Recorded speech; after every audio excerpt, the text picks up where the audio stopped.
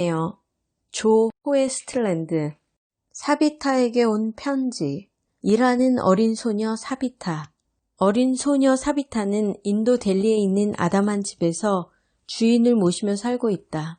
사비타가 온갖 집안일을 도맡아 하며 하녀 일을 해온 지도 어느덧 1년이 넘었다. 사비타, 얼른 차를 내오거라. 주인집 마님이 재촉하듯 말했다. 마님은 사비타가 느리게 행동하는 걸 늘 못마땅하게 여겼다. 이제는 방 정리를 하거라. 방 정리가 끝나면 곧바로 아래층 청소를 하고. 알겠습니다, 멘사이브 마님. 사비타는 고분고분 대답했다. 인도에서는 나이 많은 어른들에게 공손하게 말해야만 했다. 사비타는 방 정리를 하며 잠시 생각에 잠겼다. 그러다가 이내 만족스러운 표정을 지었다. 작년 이맘때, 그러니까 사비타가 8살이었을 때는 지금에 비해 하루하루가 훨씬 고되었다. 사비타의 집은 이곳에서 200m쯤 떨어진 곳에 있는데 어린 사비타는 병상에 누워있는 어머니를 대신해 밥을 짓고 물을 길어 나르며 집안 살림을 해야 했다.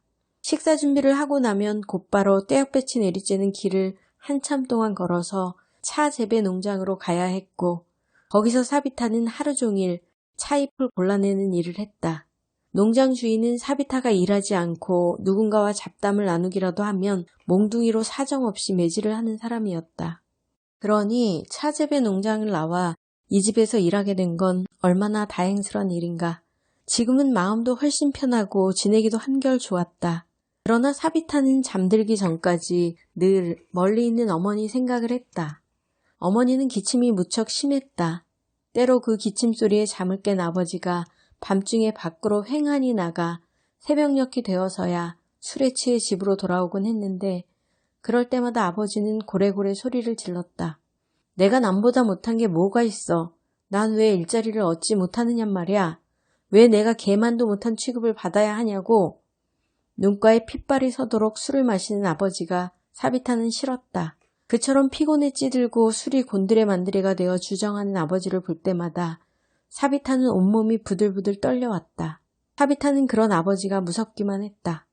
하지만 지금은 차재배 농장에서 일할 때보다 더 많은 돈을 벌고 있고 더구나 두려움 따윈 느끼지 않아도 되었기에 사비타는 스스로를 운 좋은 아이라고 생각했다. 사비타는 말끔하게 1층 청소를 마치고 밖으로 나갔다. 그러고는 시원스레 물주기를 뿌리며 집 앞을 쓸고 닦았다.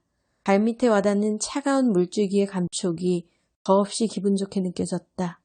거리에서는 이른 아침을 알리는 소리들이 들려오기 시작했다. 주인 마님이 외출하며 사비타에게 일렀다. 사비타, 병원에 다녀오마. 넌 장을 봐와서 식사를 준비하고 사라이를 돌봐주거라. 주인 어른한테 방해되지 않도록 주의해야 한다는 거 잊지 말고. 알겠습니다, 멘사이브 마님. 주인 마님이 나간 뒤 사비타는 어린 사라이가 뭘 하고 있는지 보기 위해 방으로 들어갔다. 사라이는 반짝거리는 원숭이 인형을 가지고 혼자서 놀고 있었다. 원숭아, 뛰어봐. 사라이가 원숭이 인형을 공중으로 던지며 말했다. 하지만 그 인형은 사비타의 얼굴을 맞고는 곧장 바닥으로 떨어졌다. 어머, 원숭이는 말귀를 못 알아듣네. 사비타가 웃음을 터뜨렸다. 아니야, 걘 내 말을 잘 들어.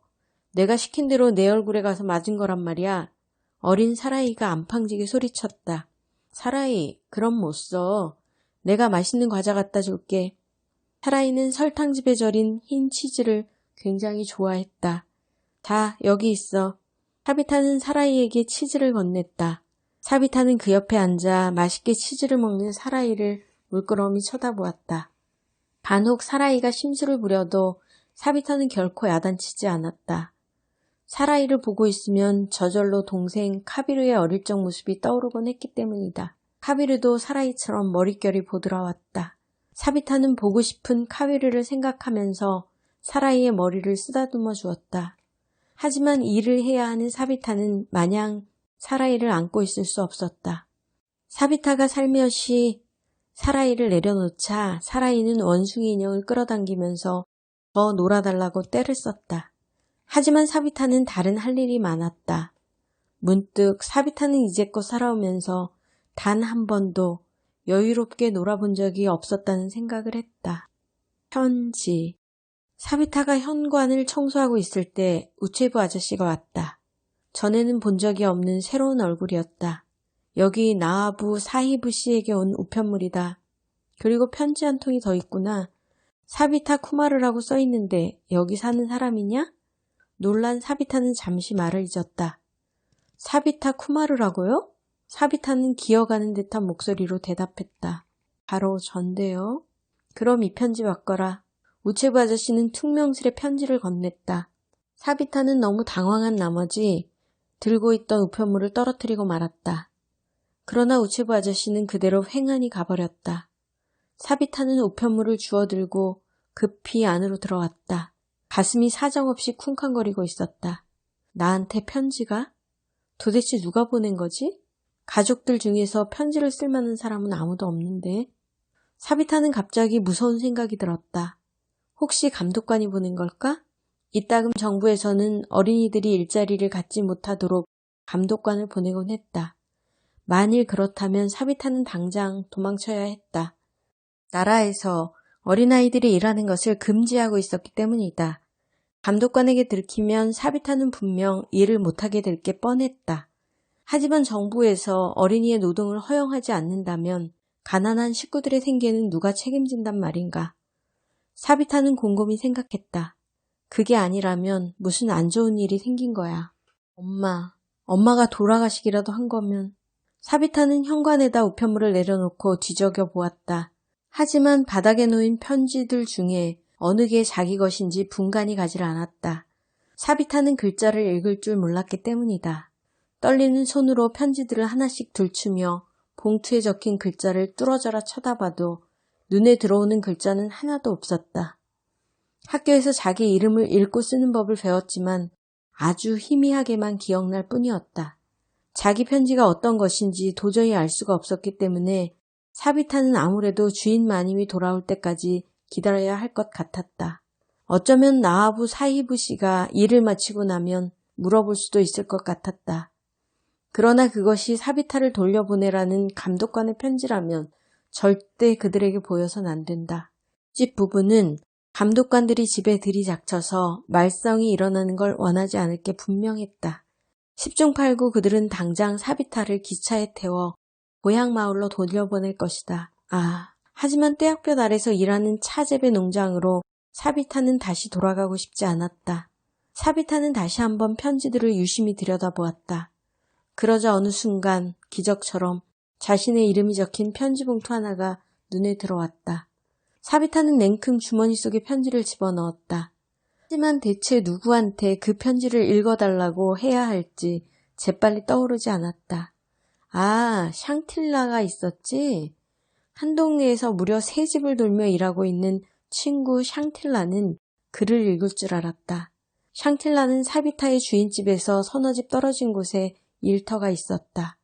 두 사람은 거의 매일 시장에서 만나곤 했으니 시장 가는 길에 사비타는 분명히 샹틸라와 마주치게 될 것이다.